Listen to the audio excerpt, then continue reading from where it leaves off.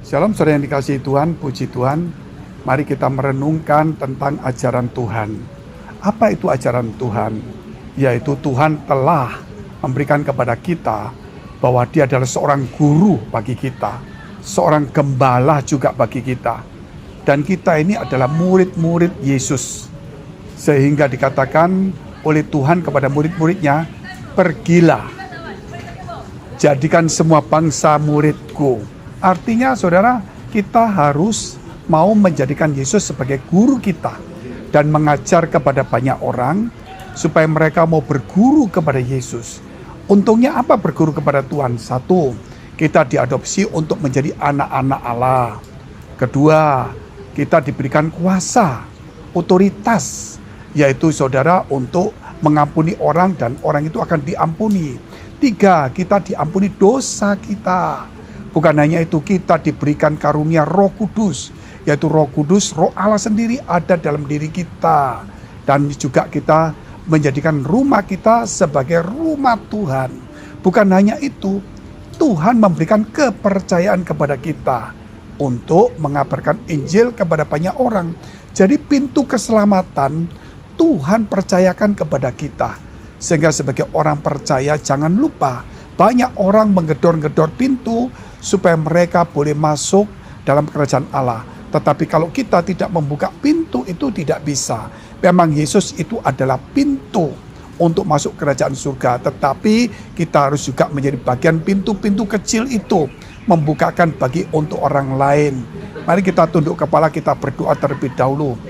Bapa kami dalam surga yang kami kenal dalam nama Yesus, Bapa yang baik, ampuni segala dosa salah kami, memberkati mengurapi setiap kami, supaya setiap kami Tuhan boleh dikuatkan, diberkati, diberikan kemampuan, hikmat, marifat di tengah dunia yang sedang bergoncang, ekonomi, usaha, karir, semuanya Tuhan mengalami goncangan.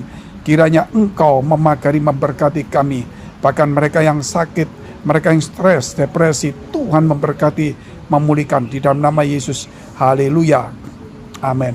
Salah satu ajaran Yesus terdapat dalam kitab Matius 15 ayat 8 dan 9. Apa kata Yesus? Yaitu bangsa ini memuliakan aku dengan bibirnya, padahal hatinya jauh daripadaku. Percuma mereka beribadah kepadaku, sedangkan ajaran yang mereka ajarkan ialah perintah manusia. Di sini kita melihat juga ada 3 hal.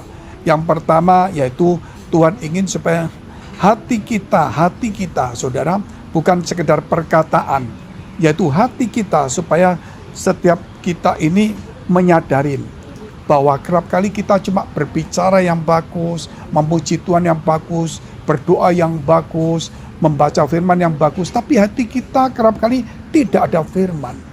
Mungkin mulut kita bicara tentang kebenaran, tetapi hati kita mungkin gelap, yaitu masih dendam sama orang, masih benci sama orang, tidak mengampuni orang lain, iri sama orang lain, ingin orang lain celaka.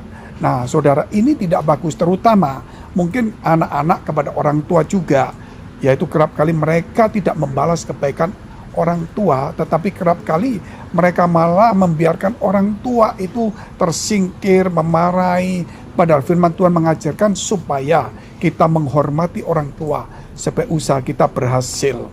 Itu ajaran Tuhan. Sehingga ini bukan hanya perkataan, tetapi harus ada di dalam hati kita.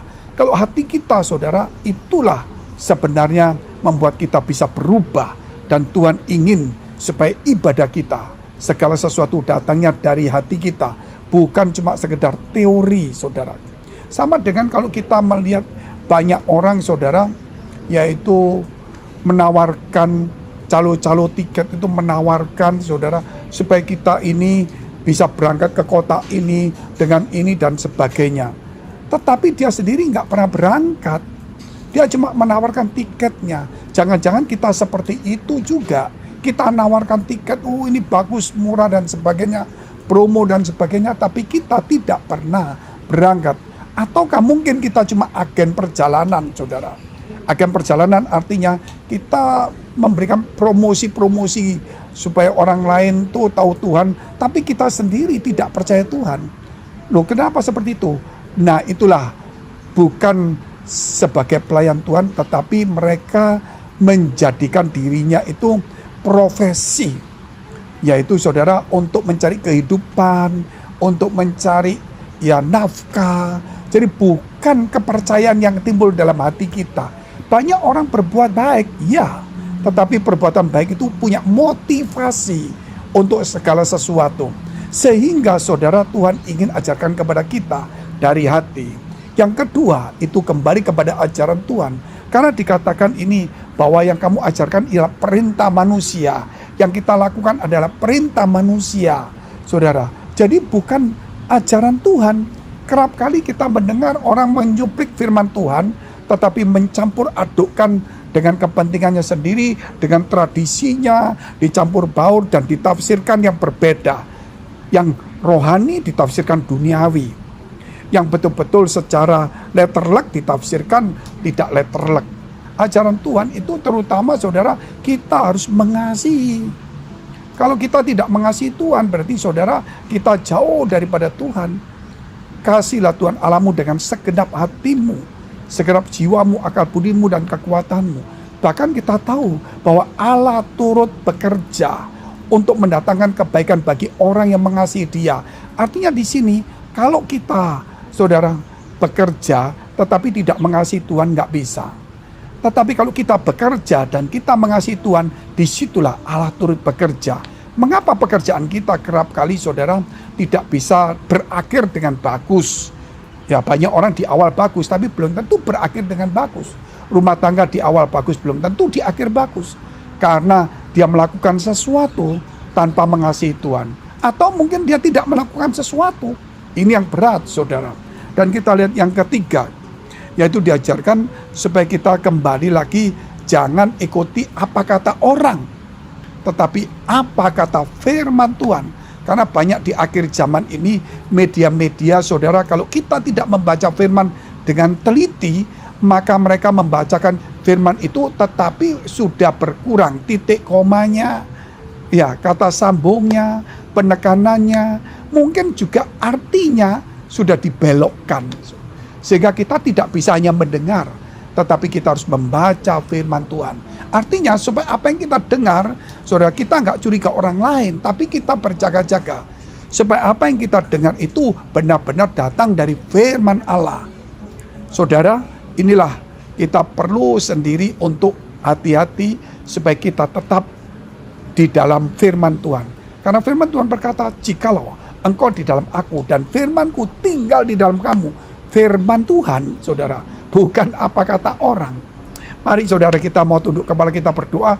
Engkau yang dalam pergumulan, masalah, persoalan, tantangan, jangan khawatir. Tuhan akan tolong kamu. Yang sakit pun Tuhan sembuhkan. Ingat, saudara, hati manusia, ajaran Tuhan, bukan perintah manusia. Ingat saudara, kita harus bekerja dan mengasihi Tuhan. Kita berdoa. Terima kasih Tuhan, Kau memberkati kami. Dekapkan kedua tanganmu di dadamu. Jika engkau membutuhkan pertolongan doa, kami berdoa untuk mereka Tuhan, supaya mereka disembuhkan, dipulihkan, dikuatkan, dan diberkati Tuhan. Bahkan yang sakit, tumpangan tangan bagian sakit, supaya melalui kuasa kasih Tuhan, firman Tuhan, menyembuhkan engkau dalam nama Yesus. Haleluya, amin. Jika saudara masih membutuhkan pelayanan doa dan konseling, silakan hubungi nomor yang ada di bawah. Tuhan Yesus memberkati. God bless.